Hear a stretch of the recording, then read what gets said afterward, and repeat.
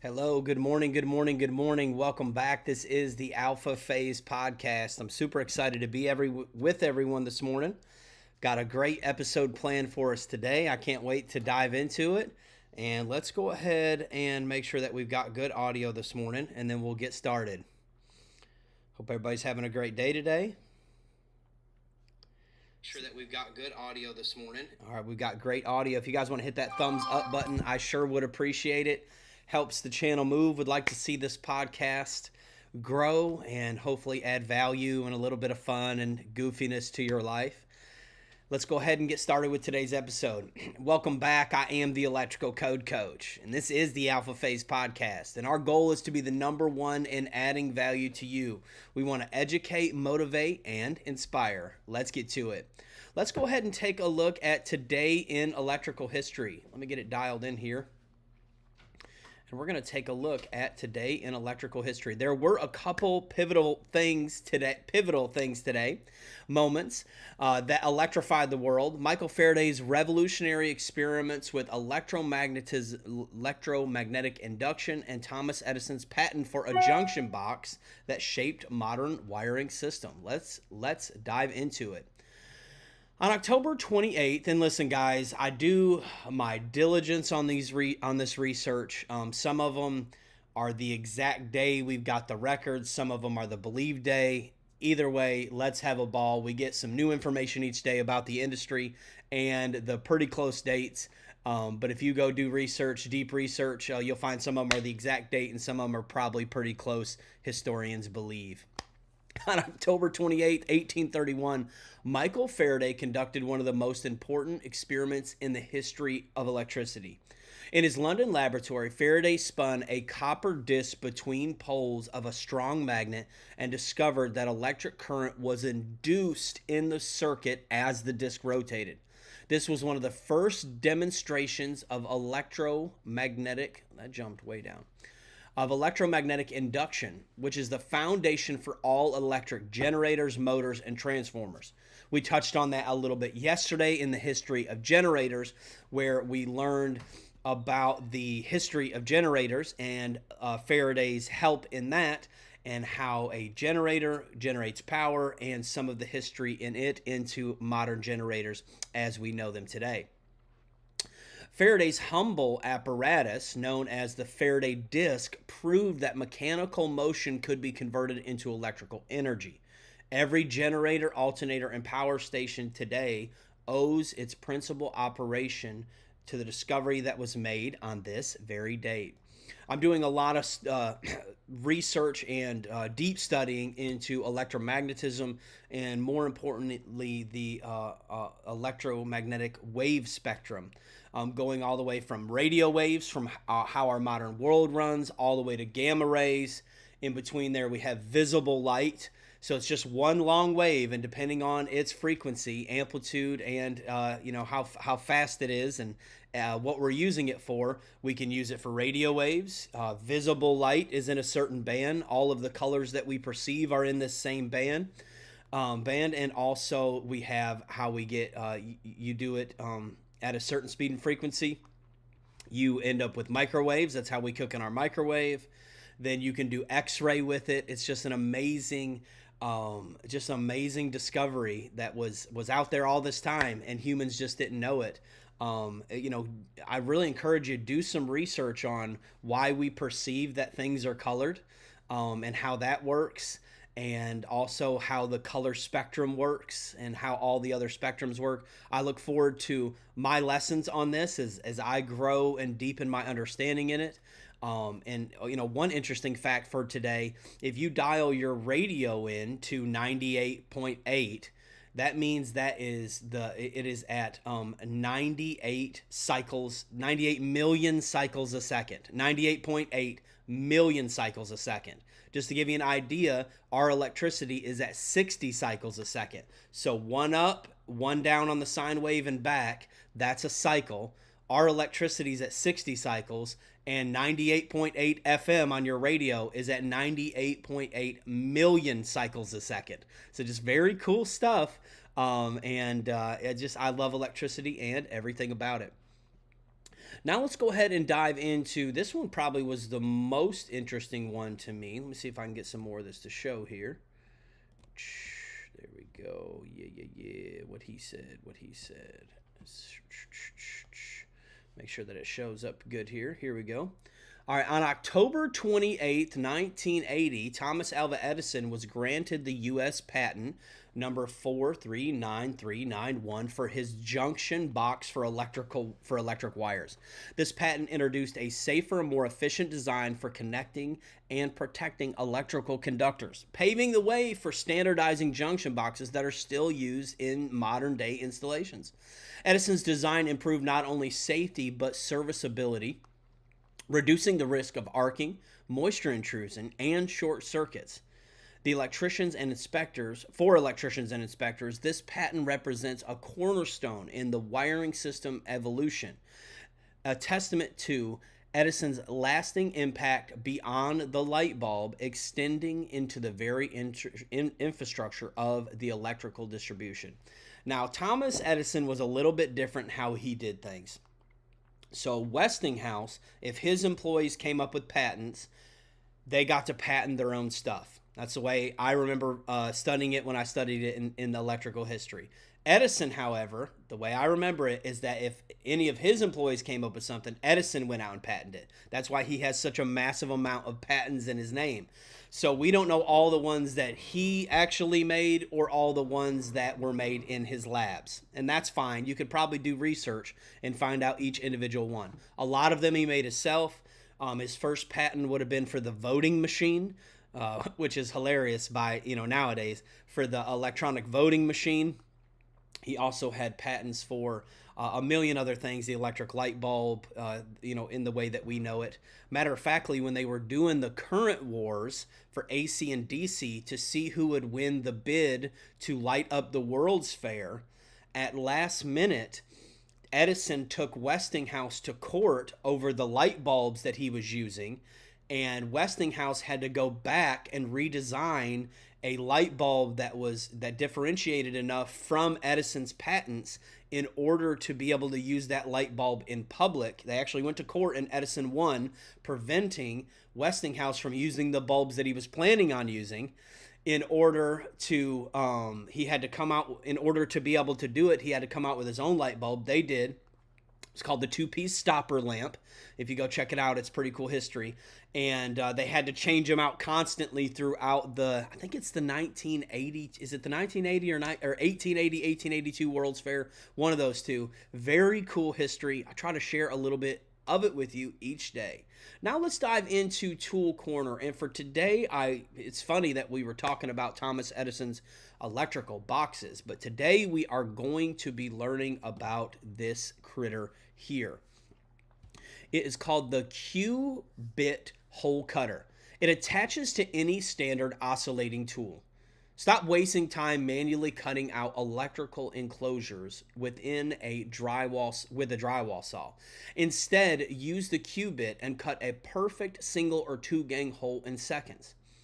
Drywall saws can leave jagged edges. The Q-bit's patented Osciflex technology prevents wall damage with an open corner blade design, providing you with a clean cut every time. With its double wall wielded stainless steel construction, the Q-bit is tough as nails. The Q-bit specifically is designed to cut in electrical boxes, making the perfect addition for every electrician. I want you to take a look at this. This thing is bonkers. They also sell it in 2-gang. Fits right on your, what I call a multi-tool, oscillating tool. Fits right on there, any brand, single gang, 2-gang.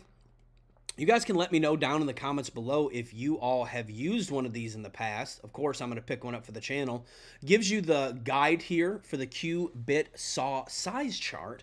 And this is depending on what size box you're wanting. If you're wanting a handy box or a masonry box or any one of these data rings, and then you have your single gang cut in and your 2-gang cut in. Very cool. You can head to the link in the description of this video or any of my videos, and you can use the coupon code COACH10 to save 10% over at racketeers.com. Shout out to Racketeers. They have the coolest, absolute coolest tools. Now let's take a look at the code question of the day. Welcome back. I am the Electrical Code Coach, and this is the electrical question of the day. Let's get to it. For a length of rigid metal conduit with a nominal trade size of 3/4 of an inch, what is the maximum allowable number of number 14 AWG conductors with THHN insulation that may be installed, considering solely cross-sectional conduit, fill limitations, and ignoring any unrelated derating or equipment constraints? The options were A, 14, B, 22, C, 10, or D, 18. And the correct answer is 22. When we're dealing with conductors that are all of the same size, we're going to be able to use Annex C in the 17, the 20, the 23, the 26, and likely forevermore. Let's go ahead and go through the process. So the first thing we're going to do is we're going to go to our Annex C Start Here page. Right at the beginning of Annex C, it's going to list all of the different types of raceways, conduits, and tubings, and it's going to list what page number they're on. Now this changes with every cycle, so what you're going to do is you're going to start here on the left-hand side and find your type of conduit. In our case, we need to come all the way down here to rigid metal, which is right here, and then we would cross over and find our page number. We have to be careful at this stage, though, not to select the A version of the table. We want to make sure that we're always not in the A version, but in the standard non-A version of the table. Then when we get to the section for RMC, we're going to read the title of the table, make sure that we're in RMC, because all of these tables look identical. You don't want to accidentally be over in another type of pipe, raceway, or tubing. So when we get there, we read it, we make sure that it is RMC, not the A version, or have a star next to it indicating compact conductors. Then we're going to scroll down on the left-hand side until we find our type of insulation. And this is where all of these different distractors inside of this question start to really show their head. The only important things I need is I need to know the type of conduit, I need to know the size of that conduit, I need to know the size of the conductors, and then I need to know what type of insulation. The rest of it is literally useless information that the question makers put inside the questions to throw you off and waste your time. So we need to know that we are rigid metal conduit. We got that. The next thing we need to know is the type of insulation. And in this case, it's THHN. So we're going to start on the left-hand side of the table until we find THHN. The next thing we need to know is the size of the conductor. So we fall in one of the columns that has THHN and number 14 in it. Then we need to come across the top of the table until we find our respective size pipe. And this is where the 3/4 inch comes in. So we come across the top of the table until we find 3/4. Then we're going to come down and we're going to tee off with the number of conductors that conduit, raceway, or tubing is allowed to hold. And in this case, we find that it's 22. I am the Electrical Code Coach, and my bargain is that these... All right, that's it for the electrical question of the day. I hope that you enjoyed that today. Now let's dive into our small business coaching corner, where every day we try to get together and talk a little bit of shop. You either own your own business, you would like to own your own business, or you may be forced to own your own business one day. And I just want you to be ready when you are.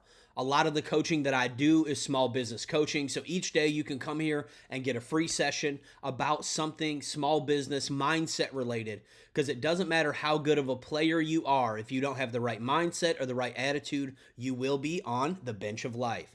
Now let's talk about delegation. One of the books that I gleaned one of the greatest things from, and I think the book was How to Buy Back Your Time. So it's the buyback principle. We're not going to talk about that principle today, but one thing that was said in the book really struck me. He said, something done by someone else at 80% accuracy is 100% awesome. Meaning if you can hand it off to somebody else and they can do it at 80% of the quality of you, that's 100% awesome. One thing we can do as owners is first off, we're good at what we do. We know exactly what we want. Nobody knows better than us what we want. We know that if we do it, it's going to get done exactly the way that we want it. So that, naturally makes us want to do as much as we physically can ourselves. But the truth is you're a finite being. You can only do so many things in a day. You've only got so much bandwidth. You've only got so much compute, right? And the truth is that you are not able to do it all.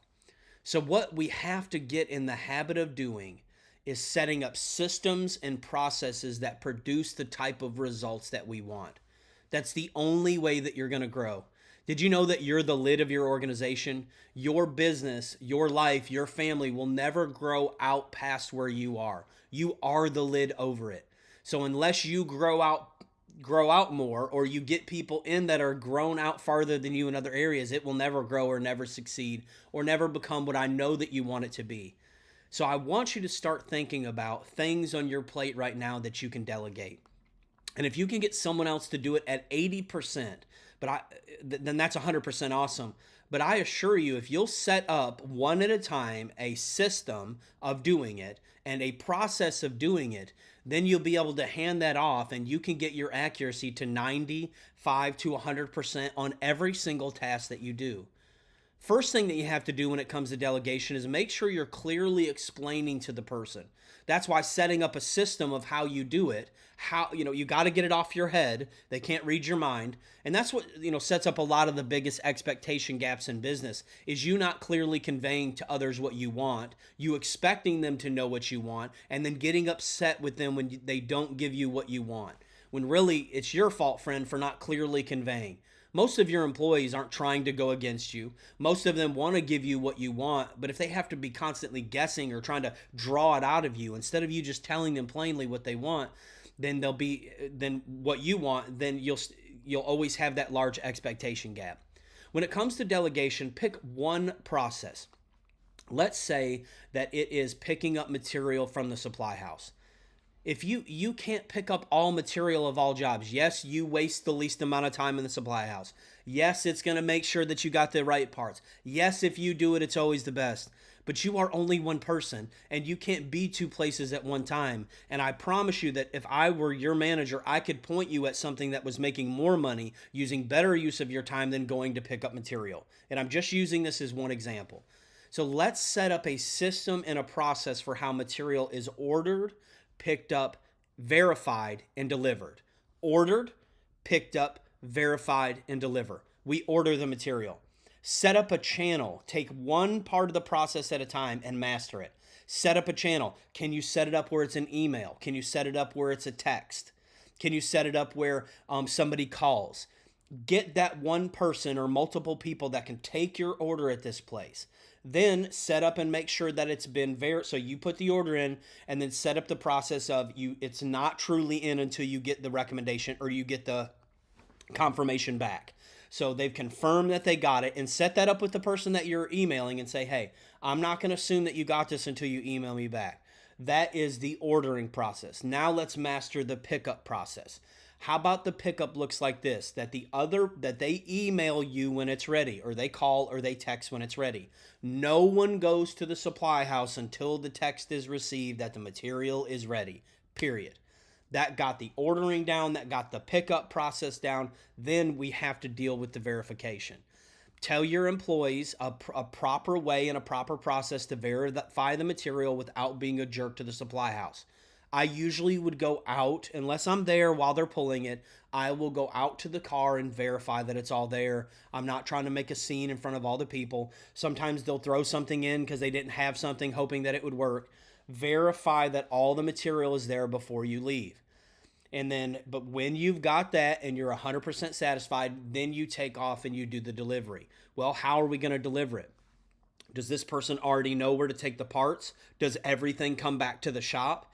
And what you'll find is if you'll choose one process and master it, you won't be getting results that are 70 or 80% accurate. You'll be getting results that if you set up a good system and a good process that will give you 95 to 100% results every single time. Then you can take that off of you and I can aim your compute at something that is a higher level thing.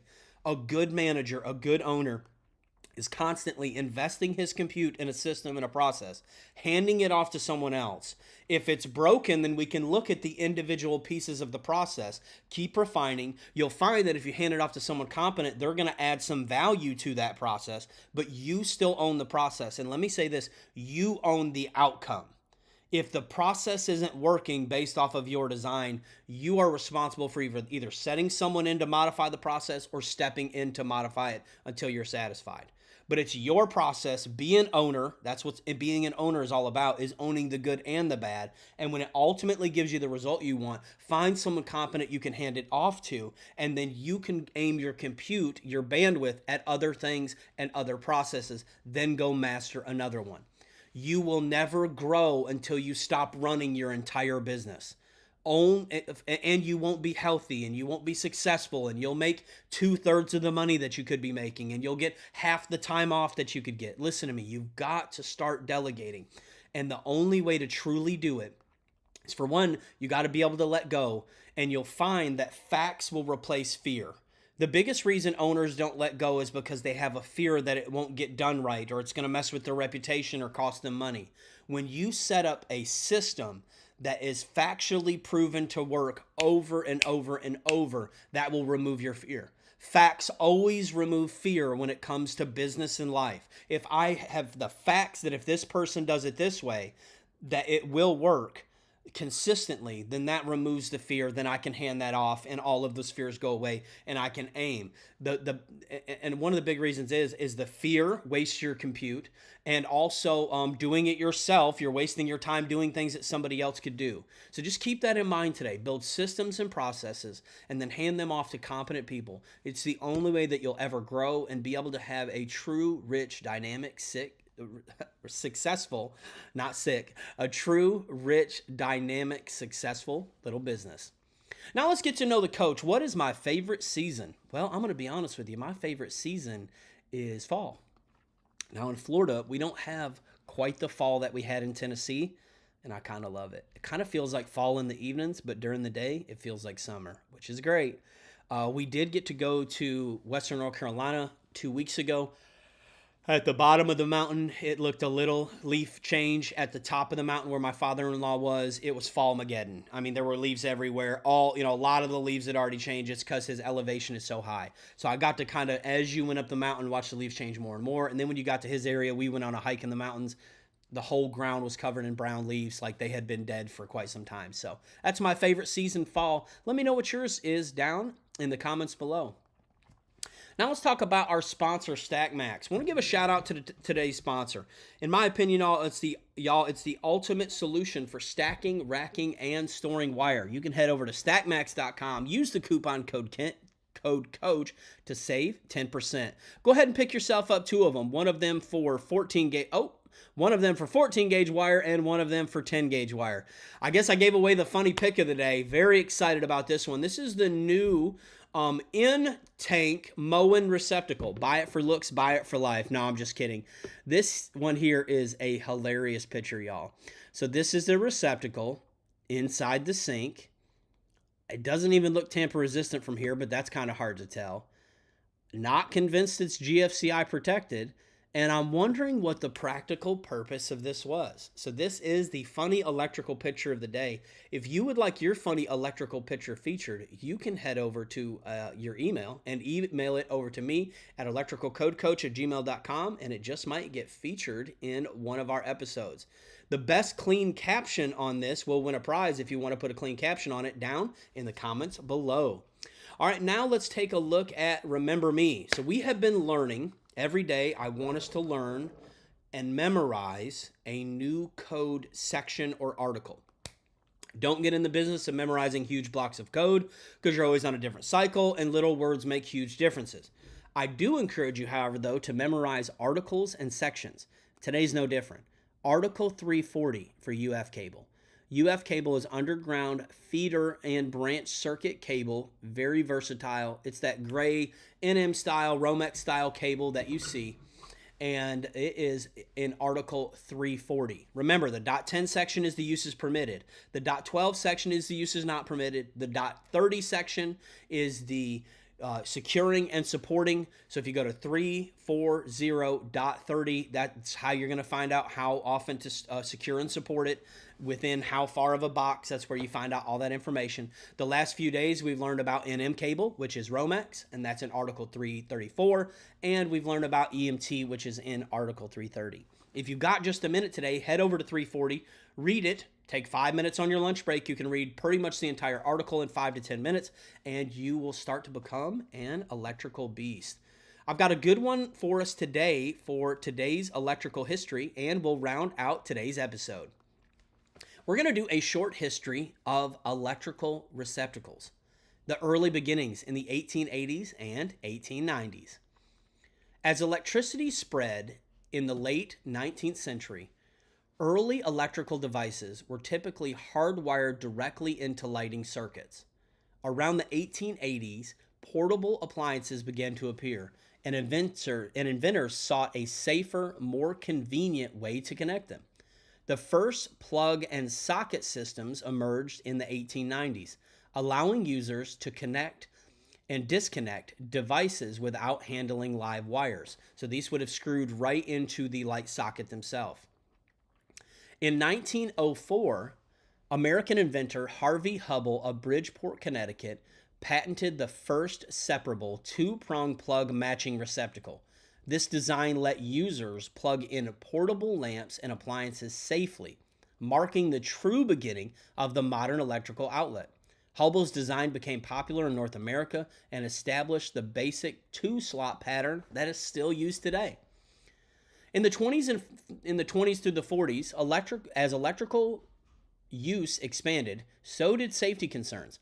In the 1920s, grounded three-prong receptacles were developed to protect users from electric shock by providing a safe path for stray current. By the 1940s, polarized plugs, one blade made wider than the other, ensured that live and neutral wires were correctly connected, further reducing hazards. In the 50s through the 70s, we started seeing modernization and standardization. Different regions had adopted varying plug types, but as international travel and appliance trade grew, countries began formalizing national standards. The North American standard and the NEMA configuration, which is the NEMA configuration, while Europe and Asia adopted their own regional plug designs. During this period, duplex receptacles, two outlets in one plate, became common in many homes and offices. So I thought that was a very cool. And then the next step, of course, is we started heading into AFCI, GFCI type receptacles, USB receptacles, and everything in between. So the modern day receptacle originally, or the modern day way to connect appliances, was originally in your light socket. I've seen photos of it strung up to the ceiling. You just unplugged it, screwed it into the light. That's how you plugged in your devices. Not a bad idea, not very convenient since all the lighting outlets were in the ceiling. Then we started having the two-prong receptacles. Then we added the ground. Then later we added tamper resistant. We added USBs. We have surge protection built in now, indicator lights. We have some that alarm when they shut off. We have so many different shapes and types of receptacles. It's a very cool world that we live in. I am the electrical code coach, and my bargain is that this podcast will add value to you, and you will in turn add value to others. If there's anything you need from me, you can always email me at electricalcodecoach@gmail.com. This is the Alpha Phase podcast, but there is one who is the alpha of alphas, and he's the one that gives me the grit, the grind, the determination, the strength, and the ability to do everything that he's called me to do, and he'll do the same for you. His name is Jesus. If you need anything from me, just let me know. Let's get to it.